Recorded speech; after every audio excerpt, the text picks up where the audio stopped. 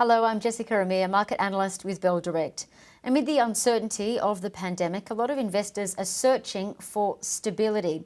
Companies that are growing their earnings and have a history of paying above market dividends. With us today is a company that meets all of that criteria and has also paved out future growth and provided guidance for this financial year.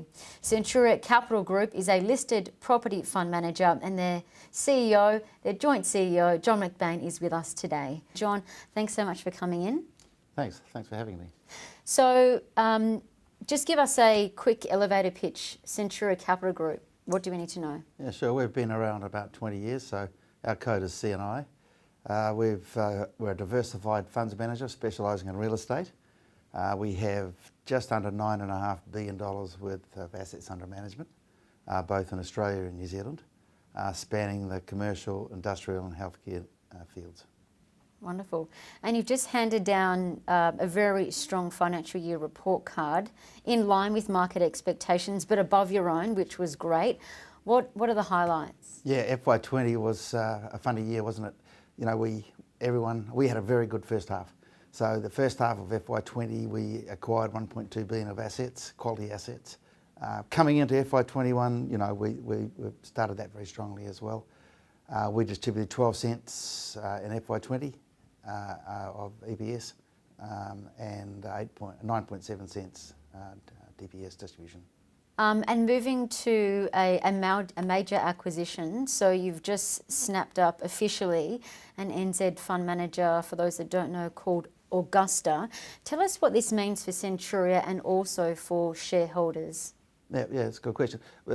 Centuria has a dual strategy of acquiring other real estate fund managers, platforms we call them, together with buying hard assets. So over the last few years, you know, we've bought the 360 Capital real estate platform, we've bought the Heathley healthcare business, and latterly we've just moved to full ownership of the Augusta Capital business in New Zealand, about a $2 billion funds manager. You know, we've decided a few years ago to diversify, firstly out of just commercial and industrial into healthcare. And then we looked around and we thought New Zealand would be a great place to diversify as well, and we're pleased we've done it. I think what this means is, you know, about a 25% increase in assets under management, and, you know, much larger platform or base, far wider capital sources to buy more property and grow more quickly, which is what funds management's all about. Definitely. And you speak about growing very quickly.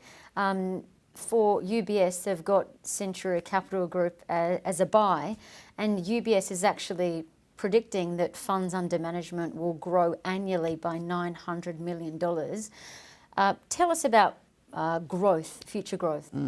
Well, just looking back a little bit, you know, in the 14 months since the start of FY20, we've grown our assets under management in excess of 50%. So, you know, we're capable of putting on growth. Obviously, we want to buy quality investment assets for our shareholders, and if we're buying another business, a platform, we want that to be a quality platform. But I think that's good growth. So far already this financial period in FY21, we've bought a very large asset in our industrial trust, the Telstra data centre in Melbourne. That was $417 million, and we've bought about $600 million worth of assets, and we're not 3 months into the financial year. So I think those sort of guidance, there's analyst predictions of $800-900 million. I mean, that would be a good target for us for 6 months, not a year. So speaking about your industrial side of the business, across Australia and the world, the industrial real estate market has been, I guess, teeming on the back of the shift to moving from home. And CIP, that stock, has outperformed the market and also the property sector. So the office side, though, appears to be a bit of a bumpy road. So I think that's the benefit of diversity, Jessica. So you're right. I think the e-commerce has really thrived on the basis of people being at home and not at work and buying more things. So we're having, there's a lot of demand for logistics facilities. CIP, our industrial REIT, so it's its own listing, has done particularly well. And the values that support industrial values are increasing during the pandemic. You're right, on the office side, it's not very fashionable to own a lot of offices at the moment, but when you actually drill down into the core metrics that support office. We're collecting in the mid 90% of our rent. Basically, the only rent we're not collecting is if we've got a gymnasium or some cafes in an office block. So, and one of the reasons for that is most of our offices are decentralised. So we don't have a lot of core CBD offices where you might find large professional firms are firing thousands of people. We're more your Chatswood, St Leonard, St Kilda Road type location, slightly smaller tenants in some case. COF, which is our independent listed office REIT, 75% of its tenants though are government, semi-government or ASX 50 tenants. So, we are insulated to a large degree. Office will come back into favour. We don't believe that everyone will work from home forever. But we need a vaccine or some therapy to jolt the market just to suddenly realise, hey, this is a pretty good asset class.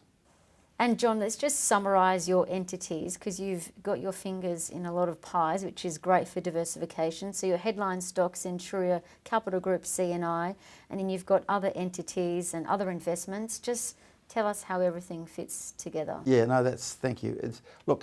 This sometimes people need to understand. Centuria Capital, or CNI, is a real estate business, and its business is controlling and creating these downstream funds. They all create management fees. So COP, COF, our unlisted funds, our healthcare funds, all create management fees.